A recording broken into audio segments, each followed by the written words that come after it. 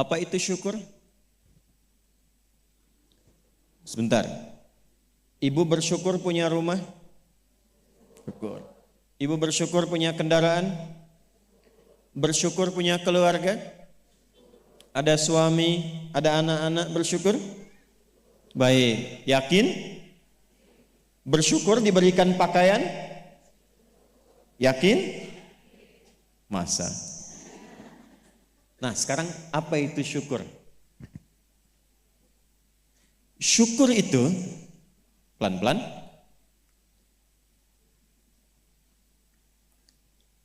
Syukur itu upaya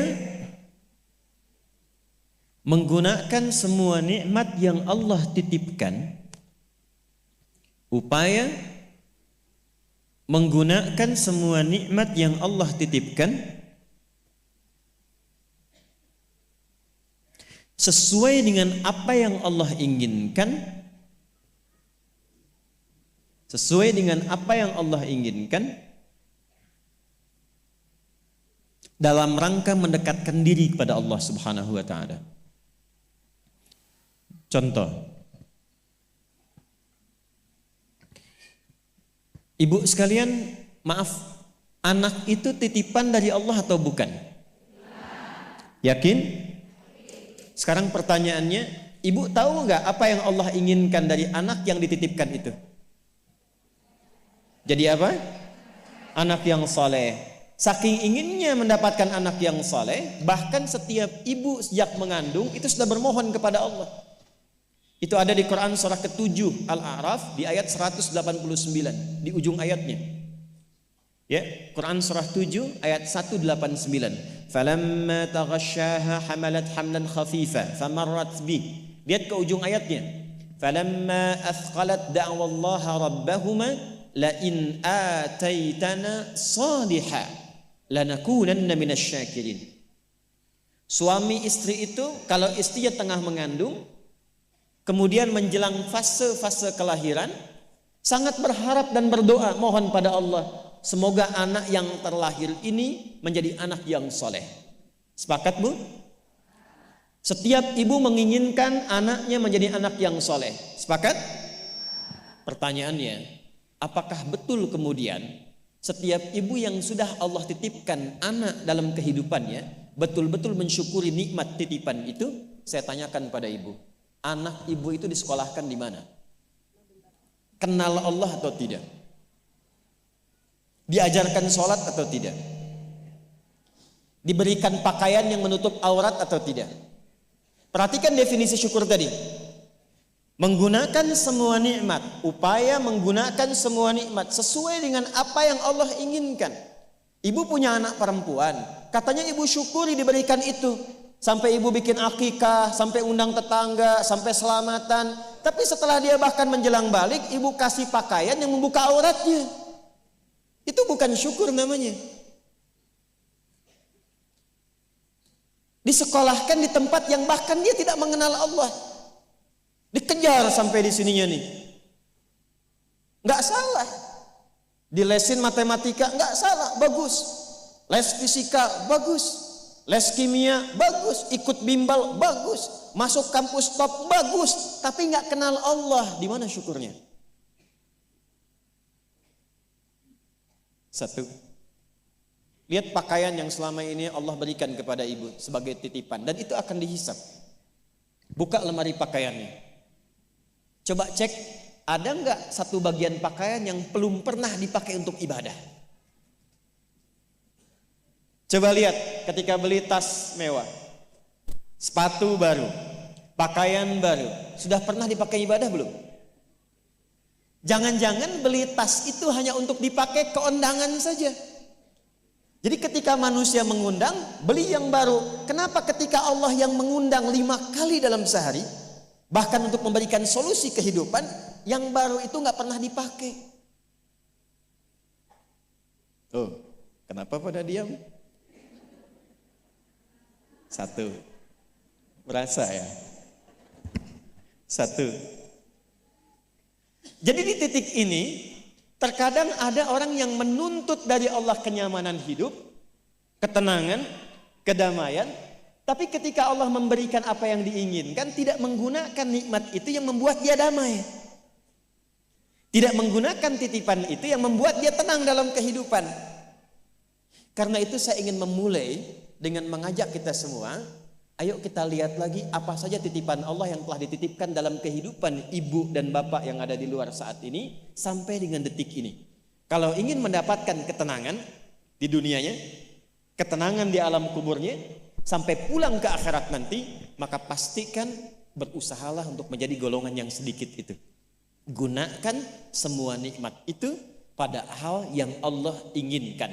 Jika itu sudah dilakukan, saya berikan rahasia.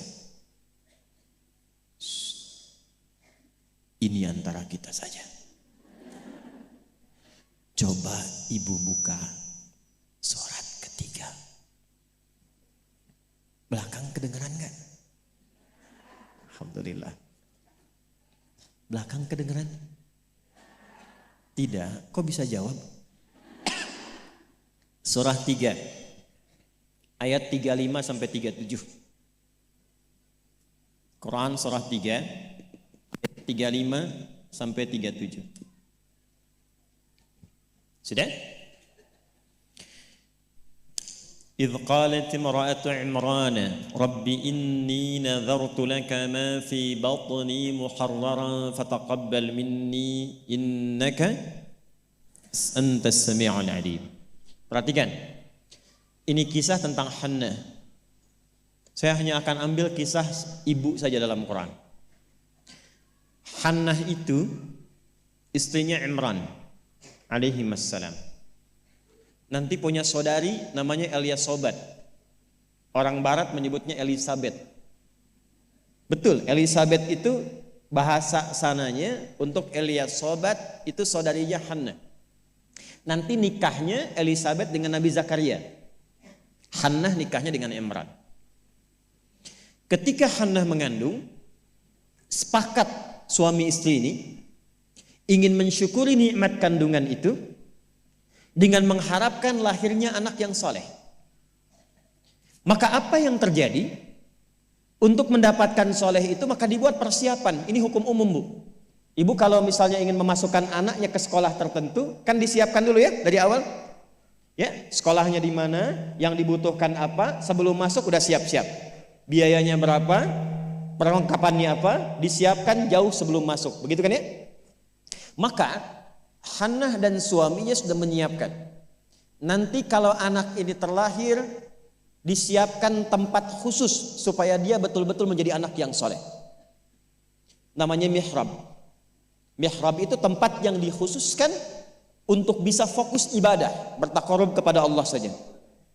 Nanti harus ada yang merawat. Yang mengajar, yang merawat itu harus orang yang paling soleh dan pintar di zamannya. Yang ketiga, disupport banyak doa. Dua-duanya sudah kompak. Siapapun yang kalau anak ini lahir masih hidup, entah ayah atau ibunya, teruskan cita-cita yang sudah menjadi komitmen ini.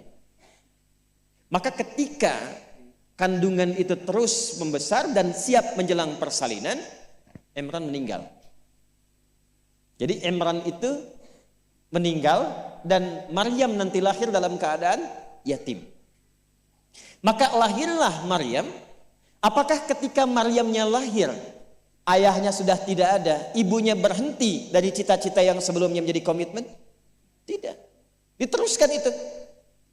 Maka ketika terlahir itulah kemudian apa yang sudah disepakati, berikan nama sesuai dengan harapan, isi dengan doa, siapkan tempat yang ingin diarahkan sesuai dengan cita-cita. Maka ayat 36-nya, falamma wada'atha qalat rabbi inni wada'tuha untha wallahu a'lamu bima wada'at wa laysa dzakaru kal untha. Harapannya lahir anak, kalau perempuan dia anak yang salihah, menjaga diri, menjauhkan dari perbuatan yang tercela, mendekat diri kepada Allah. Maka semua makna ini diwakili oleh satu nama, namanya Maryam. Maryam itu perempuan terhormat yang dekat dengan Allah. Kemudian setelah itu apa? Wa inni u'idzuha bika wa dzurriyyataha minasyaitonir rajim. Didoain terus, Bu. Didoakan. Setelah itu apa? Dipilihkan sesuai amanat dan kesepakatan dengan suami, cari orang paling pintar dan paling soleh. Dulu banyak yang berebut. Singkatnya terpilihlah Nabi Zakaria alaihissalam. Setelah itu apa? Buatkan tempat yang mendukung anak ini menjadi soleh dan dekat dengan Allah. Maka dibuatkan mihrab. Apa yang terjadi? Ketika mihrabnya sudah siap, yang mendidiknya sudah siap, doanya mengalir, namanya sesuai dengan harapan, maka orang tua itu tidak sulit lagi untuk merawatnya. Setelah itu Allah yang berkenan memperhatikan sampai tumbuh dewasanya. Perhatikan ayat 37-nya.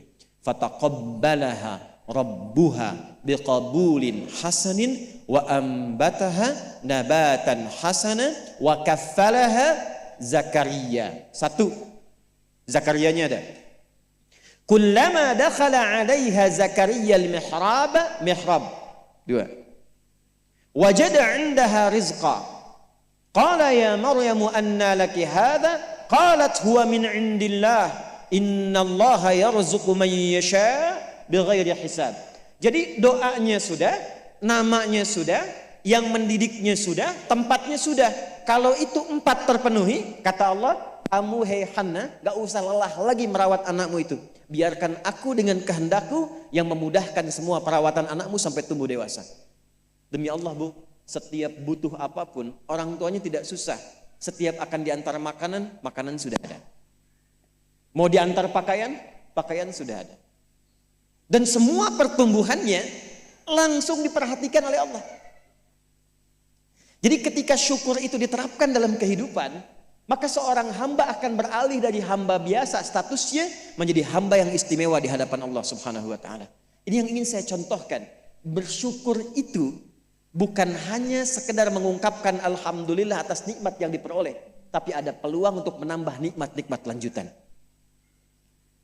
Ini ayat ini yang menginspirasi Al-Imam Asy-Syafi'i. Imam Ahmad bin Hanbal. Tidak banyak orang tahu Imam Syafi'i itu single parent Bu ibunya. Imam Ahmad bin Hanbal itu single parent. Jadi begitu dititipkan anak laki-laki Imam Ahmad, bapaknya meninggal, ibunya yang gendong sana sini.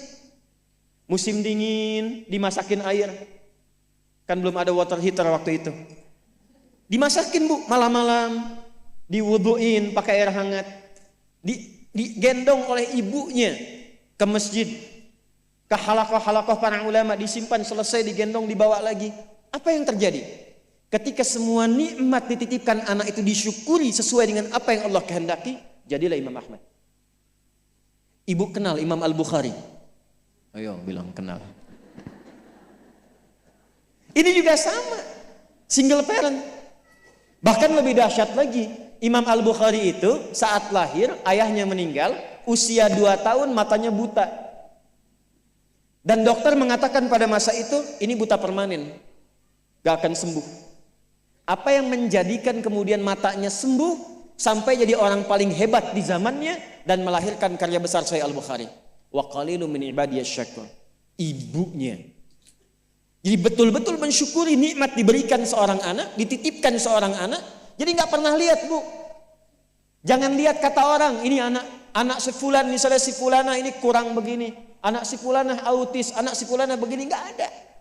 Nggak ada satu anak pun terlahir yang tidak punya keistimewaan, itu tidak ada. Tanamkan pada hati yang paling dalam. Dalam kondisi apapun Allah menitipkan anak pada ibu, itu ada keistimewaan di dalamnya yang menyempurnakan kebahagiaan dalam rumah tangga. Pernah ada seorang ibu sedih karena begitu terlahir anaknya divonis lumpuh otak, cerebral palsy, lumpuh otak. Saya katakan, belum tentu itu jadi kekurangan. Boleh jadi Allah titipkan satu kelebihan di balik anak itu yang belum terbuka sekarang. Coba bacain Quran terus. Dibacakan Quran, bacain Quran, bacain Quran. Begitu anak itu mulai bisa bicara, yang keluar Quran. Begitu dicek oleh seorang ustadz, ternyata anak itu sudah hafal Quran 30 juz. 30 juz. Dan barakah anak itu yang kemudian membawa si ibu jadi keliling-keliling. Haji, umrah, ke satu tempat yang tidak pernah dikunjungi sebelumnya. bertemu dengan orang hebat yang tidak pernah dibayangkan sebelumnya. Ternyata lewat wasilah anak itu. Disyukur itu membahagiakan. Itulah syukur. Syukur itu dampaknya banyak, Bu. Dia nggak akan tertinggal, dunia dapat, akhirat juga diraih.